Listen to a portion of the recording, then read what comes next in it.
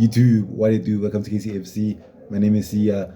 And Njabulo Blom has officially returned to Kaizer Chiefs. It's the return of a star boy, a player that you all love, a player that we all felt that he left too soon. And all of a sudden, this transfer window looks like it's becoming very successful. We finally have a CDM who can challenge for Mtetwa. I've been crying out for a CDM that can challenge for Mtetwa, as Mtetwa is the only person or player that is a recognized CDM. So Njabulo Blom immediately competes with Mtetwa for the CDM sport, and Mtetwa can pull up his socks and they can get the best out of each other. It's a loan deal for 1 season, not a full on transfer. I'm very happy because this is Njabulo Blom, not a new signing as per se, because this is someone who knows the club very well. So there won't be time for him to adjust, hopefully. And we know that he has the best interest of Kaizer Chiefs at heart.